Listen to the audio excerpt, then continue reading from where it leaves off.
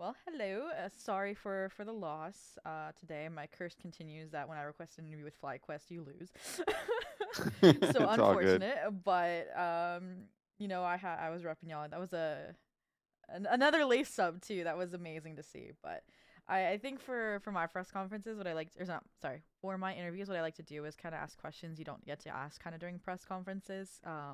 Just Hmm. kind of like talking to you about like your journey and stuff, especially you because I feel like there's not been like a lot of like media or content on you as a person because you are like a coach, and you came from an analyst point of view. And I'm realizing like how many events we've been at, and I didn't know who you were until like the EG like pickup as a GC coach as well. Like we were both at Astral Cash in Vegas, by the way. No, I just like Really? yeah, that was my first lane ever. I was there in person. I flew myself out there to be there, and I just didn't know. Like, That's pretty crazy. yeah. So we were in the same building, but anyways, so yeah, so I just kind of like start from like the beginning, and then scale up like really quickly into the present, kind of just to kind of cover all my bases. So, for example, like the first one's really broad, just kind of like how did you get into esports and competitive gaming? Gotcha. Yeah. I got into competitive gaming very early on. I was probably like 14 or 15 competing at like local tournaments for Halo and Call of Duty. Okay. Because I used to do competitive karate and I got injured, so I was like, I need something else. And so started picking up gaming for fun here and there. Um, when I was 20, 20, yeah, 20 or 21. Rainbow Six Siege came out, started playing professionally there, and once Valorant came out, I made the switch and been here ever since. Nice. And jumping right into then kind of the start of that Valorant career, right? It was kind of that like 100 Thieves head coach kind of thing, analyst with Frost, and then jumping into that Optic run, which again, like I was kind of watching esports at the time because I was in high school and I was like, I didn't even realize right that you were an analyst for them in that iconic run as well that like everybody knows about. So I was just kind of like wondering how did that happen, like the jump from then playing just when Valorant came out to getting into like working in esports as an analyst and a head coach. Yeah, no, definitely. Yeah, I was playing early on, and then when I was in Rainbow Six Siege, I played for an org called Flipside Tactics, which the head coach from 100 Thieves at the time, Frost, was the owner. Mm, And so we've had that connection ever since Rainbow Six Siege. We're both from Miami, so we just had a good chemistry connection and stuff. And when Valorant came out, he was moving into the coaching role, and I was very big into like lineups because in the first 2 weeks of when Valorant came out, I had horrible internet where I had horrible packet loss. So all I had to do was basically just find lineups, right? I couldn't play the game, so I was just doing that, and we built a huge database of like a bunch of different lineups. And once he got picked up, I was the lineup Larry for Hiko at the time, and wasn't an analyst. And yeah, that's how it all became. nice, nice. Um, and so then I was like preparing for this interview, digging through tweets and stuff, and I think like back when you made the switch to Game Changers in EG, you kind of tweeted this, and it was like I've been asked about why coach GC, and it's honestly been a lot of fun teaching players new things they haven't seen before. So it was I'm like obviously you were waiting for offers at the time, right? When you were kind of with Fusion and with like pugging out, I forgot the name of the team. Forgive me. The Between that, barbers, yeah. yeah, yeah. I had the other team written down, the Clapping, your first Valorant VLR game. But that one I didn't write down. Yeah. But yeah. So what was the decision like for getting into Game Changers coaching specifically? Yeah, honestly, it was a lot of fun. Like my first trial with EG, and you know, obviously I was with VCT and with the big names, right? But when I had that trial with EG, it was very fulfilling of being able to like teach and seeing the players have like that aha moment, right? And it was just fun. It was a very fun atmosphere, and the players that were there at the time and stuff. And it was very refreshing, is the best way I can put it. Even though I had other offers for VCT at the time, Mm-hmm.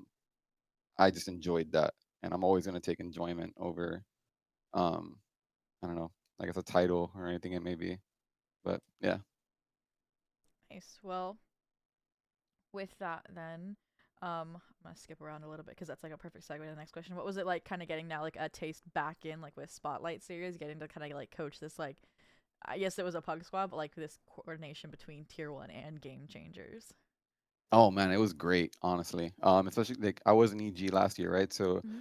I know Demon One, I know Calm, Yep. right? We're good friends and stuff, and it was fun to see how they interact with Dodo and Sonder, right, which are my players, and Tex being such a great teammate to like combine the two squads, and it was fun. It was honestly just a huge blast of like everybody having fun. We're bringing out the craziest comps, and everybody's playing off roll today. Dodo Nut didn't know that she was going to be playing Duelist until Agent Select. We're like, yeah, you're playing Raze on Split, and she was like, what? So overall, it was great. It was really good. Nice, nice. I know Sonder and Demon One. That was a fun kind of dynamic in the press conferences. Yeah. But cool. All right. So then kind of follow the topic of like your past with jumping back. So like you went to, like between analyst and head coach a little bit. So like just for people that are newer to the scene, like what was some of the big differences you think between those two roles, and like which one did you kind of like find that enjoyment and fulfillment more? Obviously, you're leaning more towards a coaching position now, and like maybe why that kind of was a better fit for you. Um. See, so it was interesting. Even though I was an analyst, Mm-hmm. with Frost and I, we still the titles were there, but the dynamic we had, it didn't feel like you are the analyst. This is what you do, Mm-hmm. and he's been a big mentor for me. And being able to jump into the head coach, it felt easy in a way because he gave me a lot of like freedom and opportunity to grow and say, today you're going to be the head coach and you're going to practice that. So for me, it was a little bit different, but yeah, I think a lot of the differences of just being able to be wrong and be okay with being wrong, which I think is very hard to do. And a lot of the decisions come down to you. So I think those are just the two main things. And there's gonna be times you're gonna be wrong, and you're just gonna have to take it on the chin and say, okay, I learned from it. I go again. Um, but I think that was like the biggest moment for me is realizing that. Nice, and that's again a great segue into the next question, which I feel like for paths like to playing, for example, in esports, and even I would say arguing casting and like broadcast talent, like it's kind of like okay, just go out and play, go out and cast. But like, what is your advice to people who are trying to get into say coaching or analyst work, like as a staff support for a roster? Because it doesn't feel like there's like a clearly defined way for that. So just like what would you kind of like I suggest as somebody who's gone through it? Yeah. First, find the right people to do it with. I think having a good culture and people that are like-minded is a very big thing. Um, and like I was saying before, there's gonna be times you're gonna be wrong, and it's okay, and just take it as a learning experience.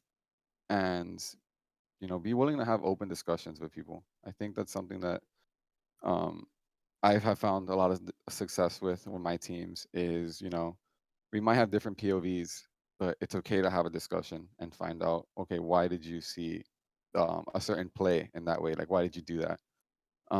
So that I can now understand why they did it and be like, okay, that kind of makes sense in that scenario. And now we're talking about, okay, maybe next time you can do this. So just open discussions are big, but you got to do it with people that you enjoy um, being around and things like that, and that are like minded. But once you find that, then it's just trial and error. Did this work? Did this not work? And you know accountability is another big thing too. Asking your players, hey, did you guys like this? Was this cool? Was this not cool? Do you guys recommend anything? And you got to grow yourself too. So yeah. Yeah, I think that's definitely like a sentiment I've seen between the fly players, and I do appreciate how kind of supportive you are. Like you're always the player coming out after a loss, or like the coach that runs out after a loss to like hype them up. The hmm fist bumps, the hugs, and that's really Yeah, I'm cool. always gonna be their biggest fan. Yeah, That's why everybody makes fun of me, but like I'm always standing because yeah. I'm always gonna be cheering for them and stuff. Because at the end of the day, we're all in this together, right? So yeah, I want to make sure that I'm there for them on the highs and low all around. So. Well, this is great to then kind of talk about FlyQuest a little bit. And I was like trying to figure out like I don't know how far I'm allowed to go with these questions just because it is like obviously can't leak stuff from the org like plans for next season, but I still wanted to kind of ask because obviously getting that spot at Game Changers Champions came with Riot's announcement that anybody who qualified would get a spot in that Challengers close qualifier, right? hmm So like FlyQuest Red, that's kind of like what they're now set up for if they remain as a roster is that you do get to compete and like maybe go back into that co-ed participation, and I've seen Fly and you like participate like the fun haver events and stuff, so kind of like dipping Hmm. your toes in. But I guess like have you guys been looking forward towards that? Like have you been preparing during the off season for that at all? If you're allowed to say, and like again, yeah, we'll start with that. Yeah, no, 100%. I think definitely we want to, compete in that. Um, because riots, or they say that that's the next step, right, for Mm-hmm. GC, and I do think we can definitely compete against those teams. So we will definitely be competing in the close qualifiers and the GCs, to come. And it was rough last year with the way that the schedule worked, and us being the second place curse was a little bit rough sometimes. Constantly Yeah. having to play in the qualifiers. But hopefully this year we can structure our schedule a little bit better to make sure that we can compete in both, and also other like fun havers and things like that as well. Nice. I know like other organizations like G2 Gozen and Shopify have said like challengers is going to be like their number one priority. Is that kind of, do you know if like where FlyQuest is kind of aligning as well? Like um that Game Changers, like you said, is going to be kind of that secondary focus for you guys, hopefully. Um, I wouldn't say it's a number one priority, but we definitely want to compete in any tournament that we can. I think competing is our number one priority, whatever it may be. So we want to just make sure that we are continuing to practice and get our name out there and ensure that we can definitely compete in any level. So, and then even today in Spotlight, Mm-hmm. look at what happened, right? With Dodo Nut and Sonder and even Lay stepping Kill up, it, right? yeah. Like they can definitely compete at the highest level against anybody out there. And this is why I'm very grateful for this opportunity for these players, is so that they can prove it. Yeah. So, yeah. Not gonna lie, I think the NA Spotlight series that you see players have been putting up haymakers more than the EMEA one. Honestly, they were hitting. Even Yeah. today, Dodo dropping a 30 bomb is unbelievable. Like she Yeah. is just insane. Back on a And roll like, too, yeah. yeah, like, and the fact that Sonder can play a little bit of an off role on certain maps, playing a Sova that she's never played before, we've never practiced, right? And Mm-hmm. Lace just completely stepping in very last minute, saying, "Yo, you're gonna play," and these are who you're playing, right? And it's like it goes to show the caliber of these players and how they're able to adapt. So I'm very proud of them. Cool. Yeah, I definitely see you guys as like kind of like a family, and like especially like how creatively that team was formed. And like I was talking to like Declan, and we're like, could anybody from FlyQuest be the next floor for Shopify Buying? And we're like, they feel so close knit, like we can't see anybody leaving. And I'm just gonna sit here as a fan and wait for that announcement to see what happens with the FlyQuest squad for next season. But the last topic I wanted to move on to was actually to some of your current work in Miami, because while I was prepping for this interview, realized like how ingrained with the ROK Sports Center you are. Because it's not like, oh, you live in Miami, like you're just hyping up a local land. But I realized like like what is your role there? Like you helped like with the founding of it? Question Yeah, I'm one of the original founders of it that I helped, the owners and stuff put it together, and a little bit of a consultant, sort of say, but more of like since day one, I've been there. We've been grinding at it for I think it's been 8 years now in the making, and now 2 years of having the LAN Center, and now trying to grow, the Valorant scene a little bit more for it. But we do it for everything, whether it's Overwatch, LANs, Call of Duty, just trying to grow out esports in Miami as much as we can, to the best that we can, and even like the caliber of equipment that we have, right? And as little to the details of the tables that we have go up and down. Like we want to make sure it's for the player as much as we can. That's really So cool. yeah, it's pretty cool. Yeah. Yeah, I kind of like was tying the parallels. Like you started with like the local lands for Halo and COD, and then like, it's like transpiring into this, which is really cool. So Yeah, honestly. yeah, so then kind of looking forward for that, like what do you think is your vision or your future, like if you had the idea like ROK like Esports LAN Center, like where do you want it to go in the future? Um, that's a good question. Um, Obviously, like Nerd Street and local host is like a good example of, Fragadelphia, for example. It's been around for many years. I think is where we want to be. Mm-hmm. But we're not rushing to grow. We don't want to skip steps. We want to make sure we go through every single step and make sure, okay, we did this right. Let's go to the next step, and we go to the next step, and that's something that I'm very proud of. When it comes to Rock, is after every single LAN, we send all the players a feedback form, and we're always like, okay, what did you like and what did you not like, and what can we improve on for the next time? So, for example, 2 LANs ago, people were like, we wish we had monitor arms, and we Mm. just went out and got 60 monitor arms, put them on all the PCs. Like, all right, now we got monitor arms, and just doing things like that has been, the biggest thing. And we just don't want to grow too fast and spread ourselves too thin, because we want to make sure we have the focus 100% into what we do.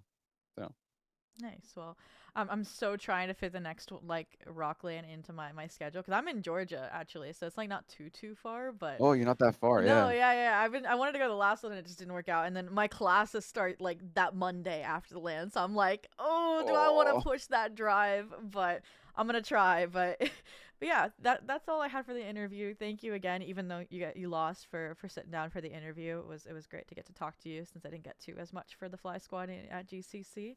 I wish you the best during the off season. I know you guys have like I think a trip thank coming you. up. I don't know if you're going with them for the Logitech thing. Nah, But that's the players. I ah get to no, chill for you a little bit probably now. have good Yeah. insight. Aw. But yeah, I hope you have a good night and thank you again. I appreciate you, and always thank you. I'm very grateful for what you do and for the scene and stuff. So whatever I you need, I appreciate it. got you. Aw. Yay. All right. Have a good night. All right. Bye You as bye. well. Bye.